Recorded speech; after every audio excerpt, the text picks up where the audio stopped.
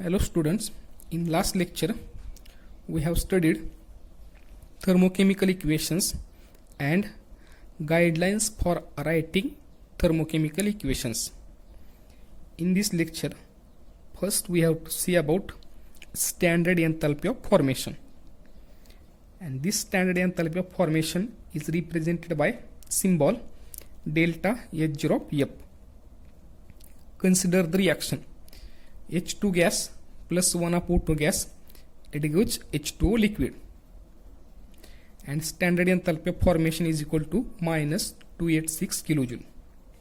This reaction shows that formation of 1 mole of water molecule from hydrogen gas and oxygen gas, and these hydrogen and oxygen gas are also in their standard states.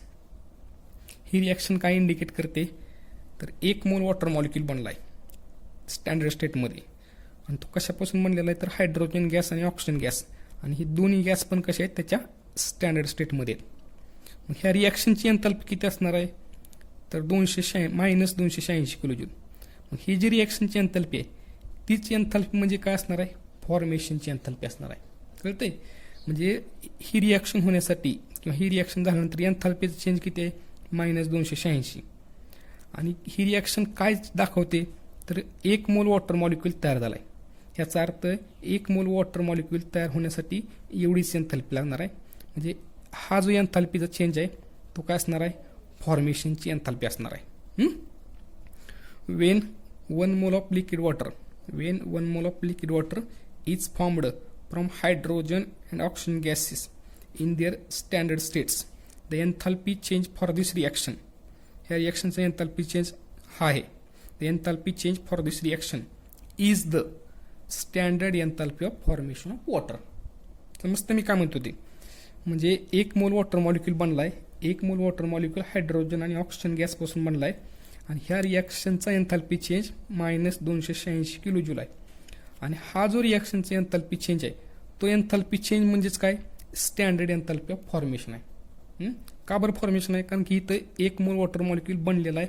ह्याचा अर्थ हा जो change आहे रिॲक्शनचा enthalpy change, तो change म्हणजे काय असणार आहे, फॉर्मेशनची एंथॅल्पी असणार आहे. त्याच्यामुळे आपण रिॲक्शनची एंथॅल्पी म्हणजे फॉर्मेशनची एंथॅल्पी म्हणू शकतो. म्हणून standard enthalpy of formation delta H0 of water is minus 286 kilojoule per mole. इथे लक्षात. आता आपल्याला स्टँडर्ड एंथॅल्पी डेफिनेशन फॉर्मेशनची, स्टँडर्ड एंथॅल्पी ऑफ फॉर्मेशनची डेफिनेशन. तर आता एक्झाम्पलमध्ये कळालंय 1 मोल सबस्टन्स किंवा मॉलिक्यूल बनलाय. 1 मोल सबस्टन्स किंवा मॉलिक्यूल बनल्यानंतर तिथं जेवढा काही एंथॅल्पी चेंज आहे किंवा एनर्जी चेंज आहे तो एनर्जी चेंज म्हणजे काय, स्टँडर्ड एंथॅल्पी ऑफ फॉर्मेशन आहे. Standard enthalpy of formation of a compound is defined as enthalpy change that accompanies. याचा अर्थ माहिती आहे आपल्याला. एंथॅल्पी चेंज अकंपनी म्हणजे एनर्जीचा चेंज पूर्ण करतोय. काय पूर्ण करतोय, रिॲक्शन. म्हणजे तो एनर्जीचा चेंज एक रिॲक्शन पूर्ण करतोय. आता कोणती reaction, a reaction in which 1 mole of pure compound in its standard state is formed from its element also in their standard states. म्हणजे ह्या रिॲक्शनमध्ये एंथॅल्पीचे चेंज एक रिॲक्शन पूर्ण करतोय.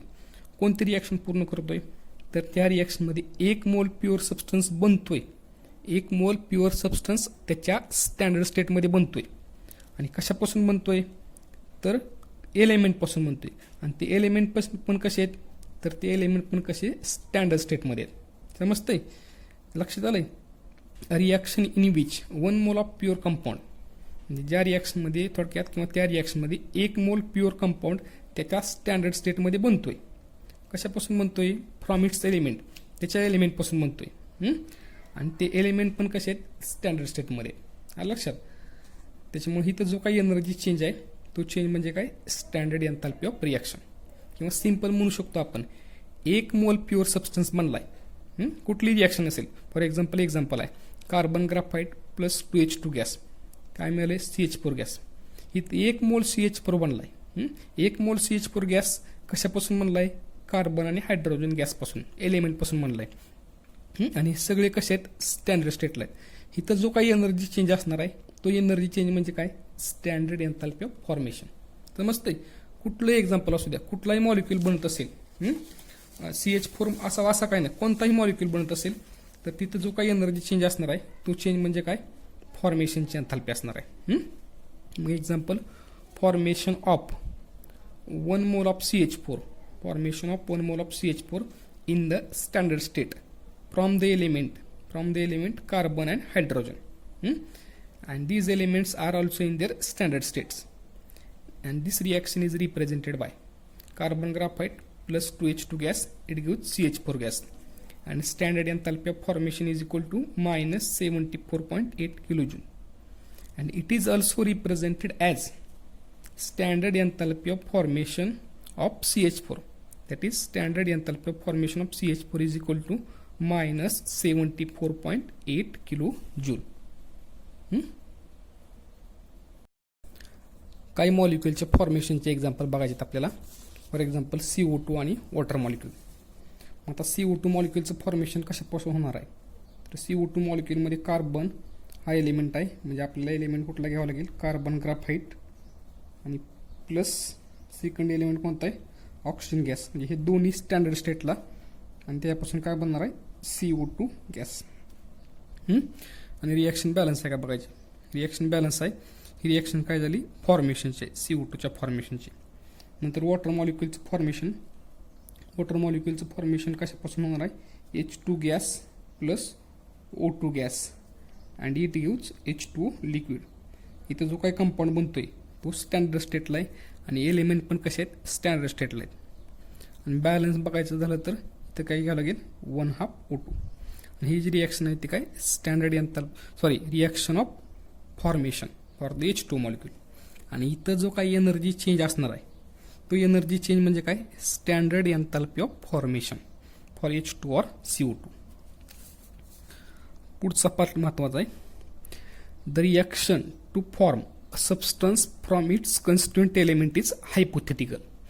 आत्ता जे एक्झाम्पल बघितले आपण किंवा हे वरचं एक्झाम्पल, आपण त्याच्यामध्ये काय करतोय मॉलिक्यूल बनवतोय किंवा कंपाऊंड बनवतोय. कशापासून बनवतोय कन्स्टिट्युएंट एलिमेंटपासून बनवतोय. म्हणजे CH4 कशापासून बनला आहे कार्बन ग्राफाईट आणि H2 गॅस. ही रिॲक्शन कशी म्हणलं आहे हायपोथेटिकल आहे किंवा इमॅजिनरी रिॲक्शन आहे. आपण फक्त रिॲक्शन कन्सिडर करू शकतो किंवा गृहीत धरू शकतो. It is not possible to combine carbon and hydrogen in the laboratory to prepare CH4. म्हणजे मिथेन गॅस बनवण्यासाठी आपण लॅबोरेटरीमध्ये कार्बन आणि हायड्रोजन गॅस कंबाईन करू शकत नाही. म्हणजे लक्षात. किंवा दुसरं एक्झाम्पल आपण जे बघितले त्याच्यामध्ये आपण लॅबोरेटरीमध्ये वॉटर मॉलिक्यूल बनवण्यासाठी हायड्रोजन आणि ऑक्सिजन गॅस कंबाईन करू शकत नाही.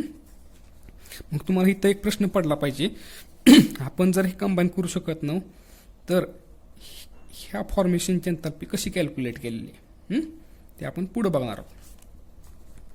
The enthalpy of reaction for the formation of CH4 can be obtained indirectly, म्हणजे इनडायरेक्ट मेथडनं काढायचं आहे.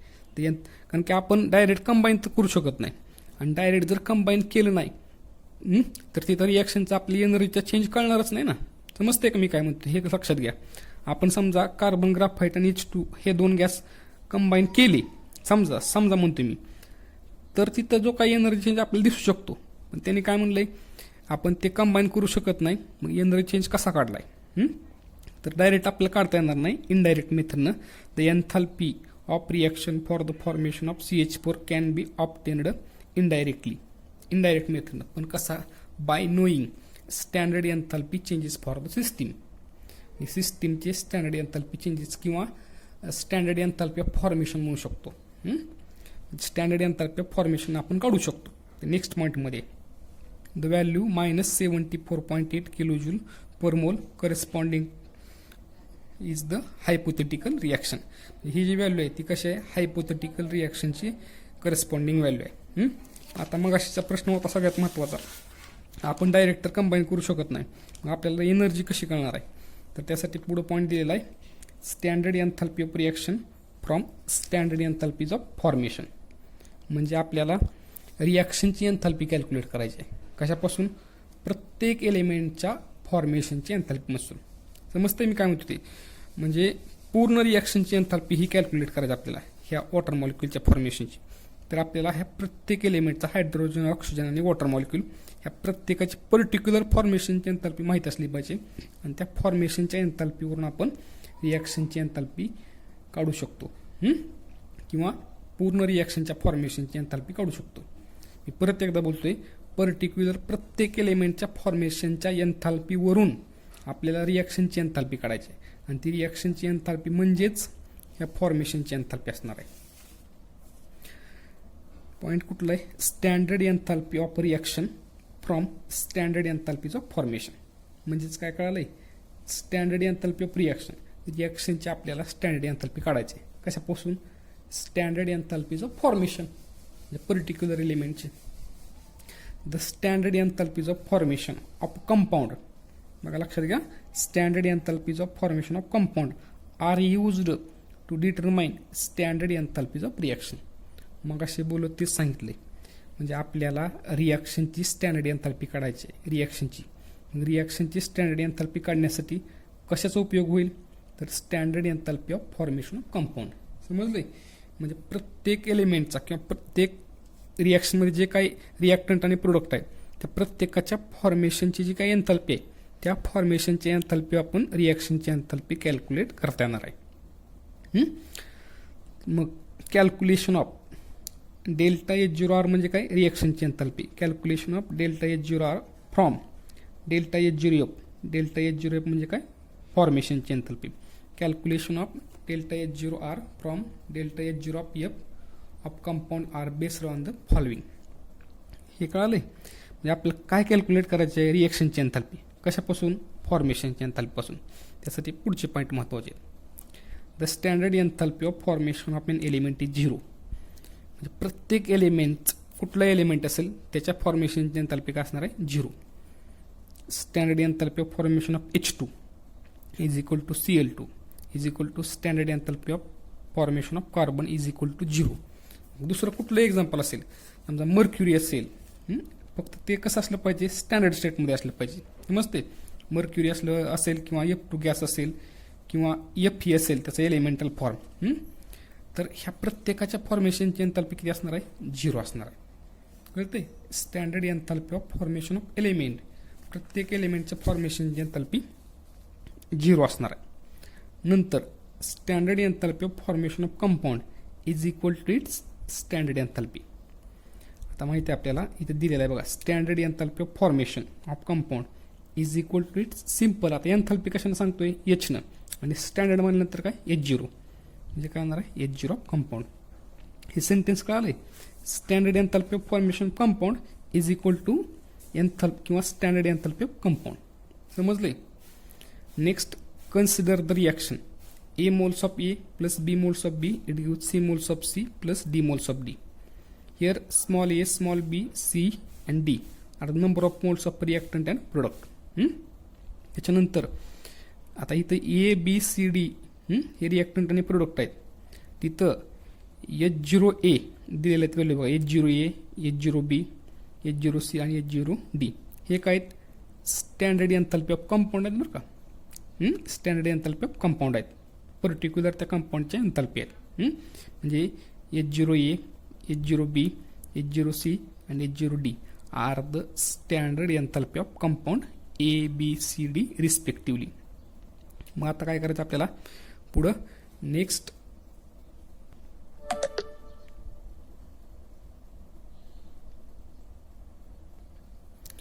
Standard enthalpy of formation is equal to C moles into H0C plus D moles into H0D minus into bracket A moles into H0A plus B moles into H0B.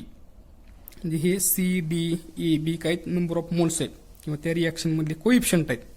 आणि H0C, H0D, H0A, H0B हे काय आहेत? तर standard enthalpy of compound आहेत. आता वरती म्हणल्याप्रमाणे standard enthalpy of compound इथं लिहिलं बघा आपण इथं वरती, standard enthalpy of compound is equal to standard enthalpy of formation of compound. म्हणजे समजा H0A च्या ऐवजी आपण delta H0 of formation of E असं लिहू शकतो. समजलंय का? स्टँडर्ड एन्थाल्पी ऑफ कंपाऊंडच्या ऐवजी आपण स्टँडर्ड एन्थाल्पी ऑफ फॉर्मेशन लिहू शकतो. त्याच्यामुळे इथं C moles as it is H0Cच्या ऐवजी standard enthalpy of formation of C plus D moles as it is H0Dच्या ऐवजी standard enthalpy of formation of D bracket close minus A moles as it is H0Aच्या ऐवजी standard enthalpy of formation of A plus B moles as it is आणि H0Bच्या ऐवजी standard enthalpy of formation of B. आता हे दोन sum कशाचे आहे? This is the sum of the standard enthalpy of the product, म्हणजे या प्रोडक्टच्या स्टँडर्ड एन्थाल्पीची सम आहे. आपण काय लिहू शकतो? Summation of standard enthalpy of formation of products minus आणि ही सम कशाची आहे? स्टँडर्ड एन्थाल्पी ऑफ रिॲक्टंट किंवा standard enthalpy of formation of reactant. म्हणजे ह्याच्याऐवजी ए आणि बी हे दोन कोण आहेत? थोडक्यात रिॲक्टंट आहेत आणि त्यांच्या फॉर्मेशनची एन्थाल्पीची सम आहे, म्हणून sum of standard enthalpy of formation of reactant. कळलं? आणि ह्या फॉर्म्युल्यावरून आपल्याला काय करायचे आहेत? प्रॉब्लेम सॉल्व्ह करायचे आहेत. फर्स्ट प्रॉब्लेम आहे calculate the standard enthalpy of reaction. Calculate the standard enthalpy of reaction. Reaction दिलेलं आपल्याला 2C2H6 gas plus 7O2 gas it gives 4CO2 gas plus 6H2O liquid. And given that standard enthalpy of formation of CO2 minus 393.5 kilojoule per mole, standard enthalpy of formation of water minus 285.8 kilojoule per mole, and standard enthalpy of formation of C2H6 is equal to minus 84.9 kilojoule per mole. Formula माहिती आपल्याला. आता आपल्याला विचारलंय काय इथं मगाशी? तर standard enthalpy of रिॲक्शनची एन्थाल्पी आपल्याला विचारलेलं आहे. तर standard enthalpy of reaction is equal to sum of किंवा summation of standard enthalpy of formation of products minus summation of standard enthalpy of formation of reactant. हा फॉर्म्युला आहे. आता फॉर्म्युलेमध्ये standard enthalpy of formation of reactant product ह्याचा उपयोग करून आपल्याला रिॲक्शनची enthalpy काढायची. कळतंय? म्हणजे डायरेक्ट रिॲक्शनची एन्थाल्पी कॅल्क्युलेट करता येणार ना आपल्याला, तर त्यासाठी फॉर्मेशनची एन्थाल्पी वापरायची. मग फॉर्मेशनचं अगोदर समिशन कोणाचे घ्यायचे? प्रोडक्टची. बरोबर आहे का? प्रोडक्टमध्ये कोण आहे? CO2, पण त्याचा नंबर ऑफ मोल घ्यावा लागेल. त्याच्यामुळे 4 into standard enthalpy of formation of CO2 plus 6 into standard enthalpy of formation of water bracket close minus. आता समिशन काय असणार आहे? Minus sum of standard enthalpy of reactant. त्याच्यामुळे ब्रॅकेटमध्ये रिॲक्टंटमध्ये C2H6 2 आहेत. 2 into standard enthalpy of formation of C2H6 plus 7 into standard enthalpy of formation of O2. आता फक्त व्हॅल्यू पुटअप करायचे, बाकी काही नाही. तर 4 इंटू CO2ची फॉर्मेशनची एन्थाल्पी मायनस 393.5 प्लस 6 इंटू H2Oची फॉर्मेशनची enthalpy minus 285.8 bracket close minus into bracket 2 into C2H6ची फॉर्मेशनची एन्थाल्पी मायनस 84.9 प्लस 7 इंटू ऑक्सिजनची फॉर्मेशनची एन्थाल्पी 0 लिहिले. का लिहिली असेल? तर मग अशा आपण सांगितलं होतं standard enthalpy of formation of element is 0. ती व्हॅल्यू काय येणार आहे? 0. हे कॅल्क्युलेशन केलं 4 into this value minus 1574 plus 6 into minus 285.8 ह्याचं कॅल्क्युलेशन काय येणार आहे? Minus plus minus minus sign येईल आणि 1714.8 ब्रॅकेट क्लोज. हे minus as it is into bracket 2 into minus 84.9ची व्हॅल्यू मायनस 169.8 येणार आहे. पुढं सिम्पल मॅथमॅटिकल कॅल्क्युलेशन आहे. मायनस 1574 इंटू मायनस 17148 हे मायनस मायनस काय होईल? प्लस आणि साईन काय येणार आहे? मायनस मायनस 3288.8 आणि पुढे हे मायनस मायनस काय येणार आहे? प्लस प्लस 169.8 आणि परत आणखी हे मायनस आणि हे प्लस आहे, त्याच्यामुळं ह्याच्यामधून हे काय होईल? मायनस होईल आणि मोठ्या संख्येत साईन. तर काय येणार आहे? मायनस 3119 किलोजूल आणि delta H0 is equal to 3119 kilojoule. कळाले? ही काय झाली? रिॲक्शनची एन्थाल्पी. पुढचा प्रॉब्लेम मग last, calculate the standard enthalpy of reaction. हे प्रॉब्लेम बघा, Fe2O3 solid plus 3CO gas, it gives Fe solid plus 3CO2 gas. From the following data, standard enthalpy of formation of Fe2O3 minus 824 kilojoule per mole. Standard enthalpy of formation CO म्हणजे carbon monoxide आहे, minus 110 kilojoule per mole. And standard enthalpy of formation of CO2 minus 393 kilojoule per mole. Formula माहिती आहे आपल्याला रिॲक्शनची enthalpy. Standard enthalpy of reaction is equal to summation of standard enthalpy of formation of products minus standard enthalpy of sum of standard enthalpy of formation of reactant. वरच्या सारखाच आहे problem. तर फक्त आता आपल्याला व्हॅल्यू पुटअप करायचे. Value put up करताना आपलं इक्वेशनकडे लक्ष ठेवलं पाहिजे. इक्वेशन बॅलन्स इक्वेशन दिलेलं. इक्वेशन बघूया काय दिलं आहे, त्याच्यानुसार आपण बघूया व्हॅल्यू. तर आता सगळ्यात महत्त्वाचं, सुरुवातीला काय करायचं आपल्याला, प्रोडक्ट घ्यायचे. त्याच्यामुळे प्रोडक्टमध्ये कोण आहे, Fe. Delta H0 is equal to standard enthalpy of formation of Fe. याचा कोइफिशियंट 1 असल्यामुळे घ्यायची काय आवश्यकता नाही, plus 3 into standard enthalpy of formation of CO2. ही सम कोणाची झाली, प्रोडक्ट झाली. तर मायनस रिॲक्टंट. रिॲक्टंटमध्ये पहिला Fe2O3 minus into bracket standard enthalpy of formation of Fe2O3 plus कोण आहे पुढं CO plus 3 into standard enthalpy of formation of carbon monoxide. आता पुढं कॅल्क्युलेशन करायचं आहे. पुढं सिम्पल आहे. पुढं काय दिलेलं आहे, तर standard enthalpy of formation of Fe काय व्हॅल्यू येते, 0. का बरं, तर standard enthalpy of formation of element is 0. Value काय आली, 0 प्लस 3 इंटू CO2ची व्हॅल्यू काय, मायनस 393 ब्रॅकेट क्लोज. हे minus into bracket standard enthalpy of formation of Fe2O3 minus 824 plus 3 into COच्या फॉर्मेशनची एन्थॅल्पी मायनस 110. आता सिम्पल कॅल्क्युलेशन करायचं आहे. हे 3 इंटू मायनस 393 काय येणार आहे, मायनस 1179. हे मायनस ॲज इट इज. आता हे ब्रॅकेटमधलं सॉल्व करायचं आहे. हे minus 824 as it is plus as it is 3 into minus 110 minus 330. Simple mathematical calculation आहे. Next minus 1179 as it is, minus as it is bracket minus 824 हे plus minus minus 330.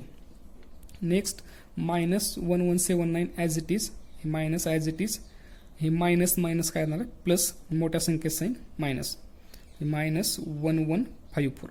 हे दोघांची sum करायचे आहे आणि मोठ्या संख्येचं साईन मायनस.